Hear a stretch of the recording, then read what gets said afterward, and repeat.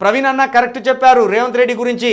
Next మన station Ghanpur నుండి నువ్వు పోటీ చేయన్న బానోత్ రవీంద్ర నాయక్ మనం తప్పకుండా పోటీ చేస్తాం బ్రదర్. మరి మీది కూడా ఒకవేళ స్టేషన్ గన్పూర్ అయితే 100% మీ అందరినీ కలుసుకుంటా. నేను కూడా అదే చూస్తున్నా.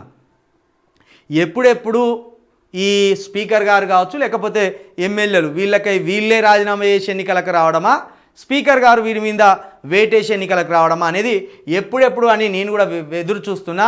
మా స్టేషన్ గన్పూర్ నియోజకవర్గం కింద ఉన్న యువత అందరికీ మరొకసారి చెప్తున్నా, చిలుక ప్రవీణ్ స్టేషన్ గన్పూర్ నుండి బరిలో ఉంటారు.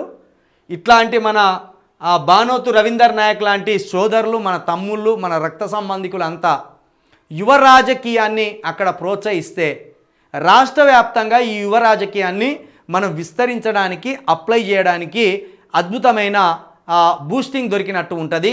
కాబట్టి మీరు పైసలు అనే దాన్ని పక్కన పెట్టి యువ రాజకీయం కోసం నాకు అండగా నిలబడండి.